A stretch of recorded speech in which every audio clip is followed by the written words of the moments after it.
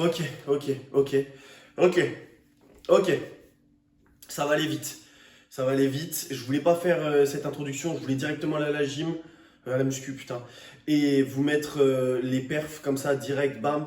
Parce que je suis trop focus pour parler devant la caméra. Là, j'ai envie de bouger partout. Genre, je tremble. Je tremble, putain. Regardez bien ces trois post-it. 160, 210, 260. Ça va péter. On va les retirer ce soir dans le récap. À la fin, hop, je vais remettre des nouveaux. Ça fait 2 jours que je me suis pas entraîné exprès pour être bien reposé pour aujourd'hui, pour être à fond. Je suis à fond. Genre, je crois que mes voisins ils en peuvent plus là. J'ai mis la musique à fond et tout pour me chauffer. Je suis trop excité. J'ai trop envie d'y être. Je pense qu'à ça. Je vais pas faire un SBD normal. Là, l'objectif, ça va vraiment être de tout péter. Donc, je vous fais le plan d'action et on va voir si ça se passe exactement comme ça. Mais ça va se passer même mieux que ça, j'en suis sûr. Je l'ai vu, je le sais. Donc, je vais arriver. Il y a tout le monde qui m'attend déjà à la salle là. Donc, je fais 260 au deadlift. Si elle passe vite, j'ai fait un bottle flip. Le bottle flip, il m'a prédit que j'allais faire 270. Moi, je crois au bottle flip, les gars. Nouvelle religion. Bref, si les 270 passent, là, c'est que du bonus. Et c'est possible parce que je me sens vraiment ultra puissant, ultra laissé tomber, ultra trop dans la matrice là. Bref. Si j'arrive à faire ça, direct je vais au bench. Et en fait, je pense que quand tu perds, t'es dans un état second, mon pote. Et donc là, je vais passer du mode être humain à hop, hors de la matrice, à néo, tu vois, à genre tout est possible. Et là, les 160, ils vont péter. Et si jamais je passe les 160, j'ai pas fait de squat de la semaine parce que j'ai une petite douleur à la hanche, mais je ferai les 210 au squat parce qu'on fait le triplé ou rien. Donc voilà le plan. Là, on va péter le deadlift. Là, en dessous, il y a un Sephora sous la salle. Je vais péter tous les parfums du Sephora, j'en ai rien à foutre. Si jamais j'entends pas des gling gling en dessous, c'est que j'ai pas mis assez lourd. Donc de toute façon, il faut que je passe les 270. Et puis pareil, le bench, ça va péter. J'ai un record à aller chercher, c'est mon objectif. Et le squat, on va essayer de pas trop le ralentir. Il faut le monter aussi. Donc ça va bien se passer, ça va se passer comme ça. Qu'est-ce que je peux vous montrer d'autre? Oui, j'ai oublié de boire ça, putain. Je reviens. Ah putain. Attendez, je bouge la caméra. Hop, je vous remets en place. Ma grosse tête juste devant là. Ok, je me suis fait une mixture spéciale pré-workout. C'est du gingembre avec du citron. Ça s'appelle du pipi du dragon. Si du pipi du dragon, ça m'aide pas à me booster ma séance, rien ne le fera. Rien ne va me booster. Hop, on voit le pipi du dragon. Hop.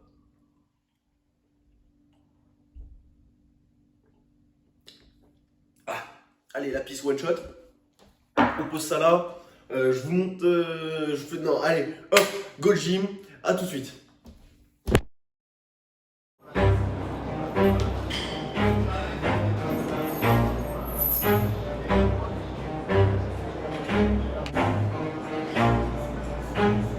Never stop, I'll get it if I want it. Gotta make to myself a promise. I won't quit, keep going till I got it. I won't give up till I'm on top. Yo, no, I ain't the type to give up. If I do something, man, I do it till I get what I want. I turn a business out of nothing into something I love. I got a poker face, but honestly, I'm not one to bluff. I flip a switch, never miss, man, I always stay up. Don't let them see you, bitch, always have a plan to stay tough. This life ahead of you ain't easy, it was built to be rough. But that's what makes a personality, is tragedy, bruh.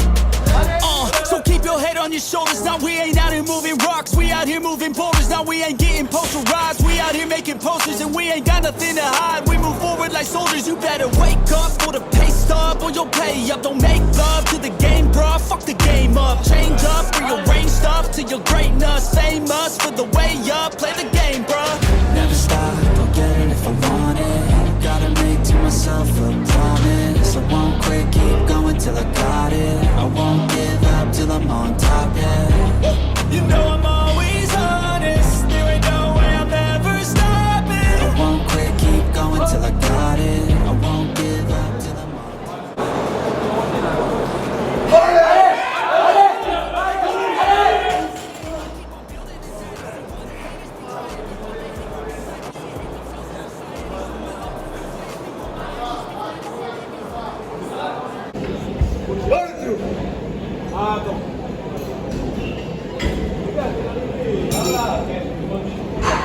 軽来の皆を信じてます。三の方。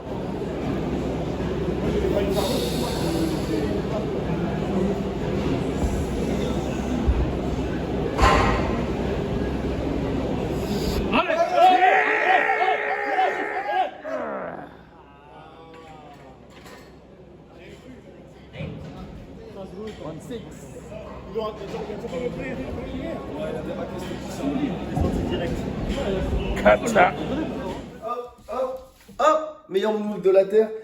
Bon, je vais être cash. Je vous dois des explications, des excuses là, je crois. Je crois que je vous dois des excuses. Je me dois des excuses, je dois des excuses à tout le monde. Vous avez pu voir les vidéos. Ça a été de la grosse merde. Mais c'est ultra positif et je suis ultra content de cette séance. Je suis vraiment très content de cette séance puisque c'est un échec positif. En fait, qu'est-ce que ça prouve? J'ai testé 260, je me suis raté. J'ai testé 160 au bench, je me suis raté. Mais la 260 en fait au deadlift, il faut savoir que j'étais vraiment dans un mauvais mood. Genre, je sais pas pourquoi, j'étais vraiment très chaud en allant à la salle. Et pendant la montée, j'ai perdu la hype. J'ai senti que j'étais pas dans mon pic de momentum. J'ai senti que en fait, j'étais pas à mon max. Et je pense que j'étais à mon max la semaine dernière, sur la 3e semaine de mon bloc. Et que là, j'étais pas à mon max. Et que du coup, j'avais encore la hype du fait que que j'avais eu des bonnes perfs jusque lundi. Mais mon corps n'était plus là, tu vois. Il n'y avait que l'esprit. Et j'ai senti que cette séance-là, j'étais moins fort que la séance où j'ai passé les 250. J'étais moins fort, tu vois, j'étais moins prêt mentalement, mais il fallait que j'assume et que je passe 260. Donc là, c'était vraiment que au mental. Et en fait, j'ai fait une erreur. C'est que j'ai décidé de monter jusqu'à 220 kg en hook grip, donc c'est-à-dire juste avec la main, la force de ma poigne, quoi. Et après de mettre les sangles. Sauf que la technique avec les sangles et la technique en grip diffèrent. Certains pourront me dire que non, c'est qu'ils y connaissent rien, réellement. Si jamais tu t'habitues à faire du grip, va jusqu'au bout en grip.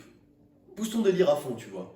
Mais si tu sais que tu vas faire ton PR avec des sangles, je te conseille chaudement, je te recommande chaudement de commencer assez tôt. Donc à partir, pour moi par exemple, de 200 kg, j'aurais dû mettre les sangles. Parce que qu'est-ce qui s'est passé? J'ai mis mes sangles à 232,5 et la barre est mal montée. Donc j'ai fait 2 reps, donc déjà j'ai perdu de la force. Et je me suis dit, bon bah attends, il faut que je reprenne confiance en moi. Je suis redescendu à 200 kg, j'ai fait 2 reps. J'ai remis 220 kg, j'ai fait une rep. Ensuite 232,5, j'ai refait une rep. Donc, tu vois, je suis monté, je suis redescendu, je suis remonté. Je me suis fatigué pour rien. Donc grosse perte d'énergie alors que déjà mentalement, j'étais pas à 100% et physiquement non plus. Donc débile. Je fais 245 kg, il y a plein de monde qui m'encourage, etc. Mais je grind comme un enculé. Elle a mis trop longtemps à monter. Donc là j'arrive à ce moment-là et mes potes avaient prévu déjà, ça faisait 1 semaine, 2 semaines que j'arrêtais pas de leur parler de cette barre. Donc ils étaient tous chauds, ils avaient tous prévu de me gueuler dessus et tout. Donc je me suis laissé tenter, j'ai dit je suis pas venu pour rien. J'ai annoncé quelque chose, je vais mettre mes balls sur la table et je l'ai fait. Donc j'ai mis 260 kg sur cette barre, d'ailleurs elle était magnifique. 2 rouges, 2 bleus, 2 jaunes. Et du coup j'ai compté, quand tu auras 300 kg sur cette barre, ça fera 2 rouges, 2 bleus, 2 jaunes, 2 verts. Ça va être un petit arc-en-ciel LGBT, ça va être pépite.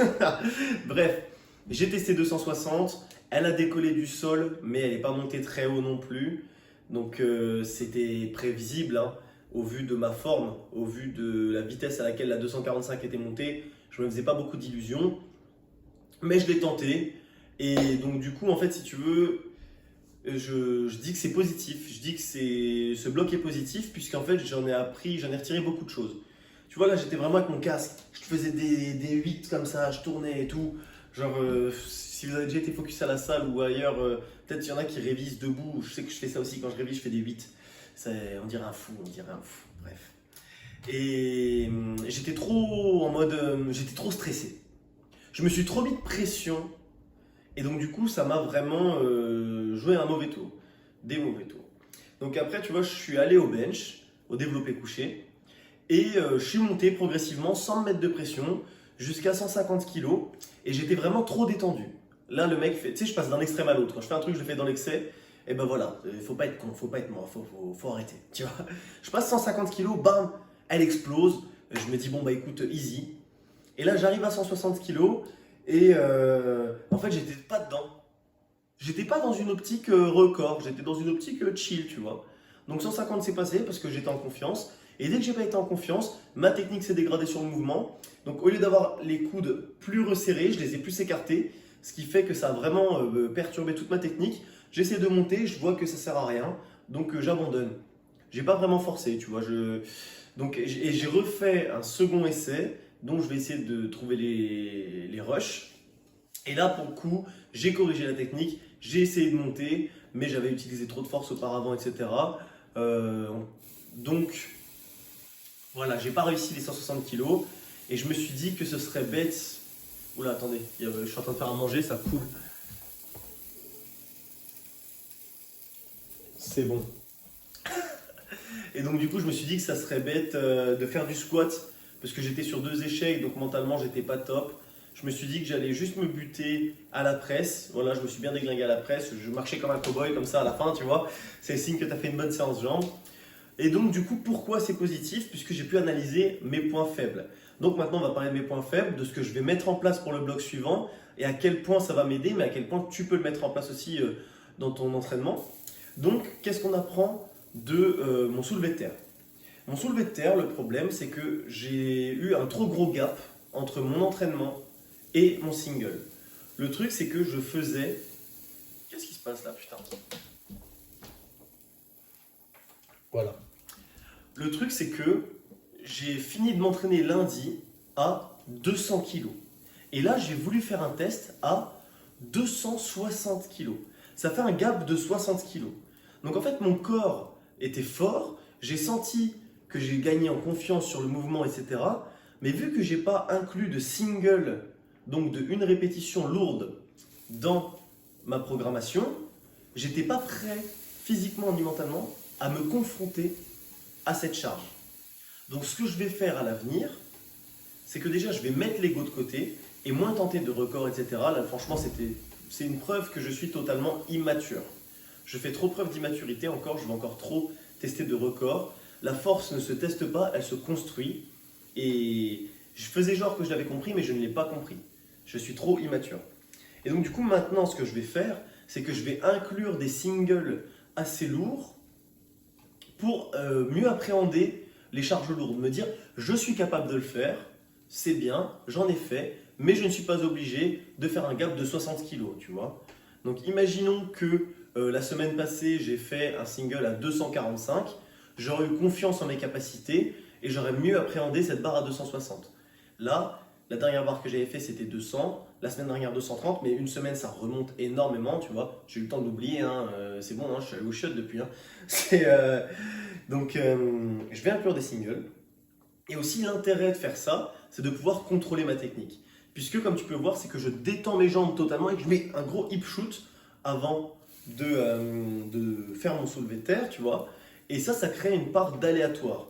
Ce qu'il faudrait, c'est que je sois plus calme et que je me mette dans la position propice pour générer de la force. Donc ça va me demander d'être plus patient au décollage de la barre, mais une fois que j'aurai cette technique qui sera moins aléatoire, qui sera plus calibrée, automatisée, je vais pouvoir augmenter très fortement.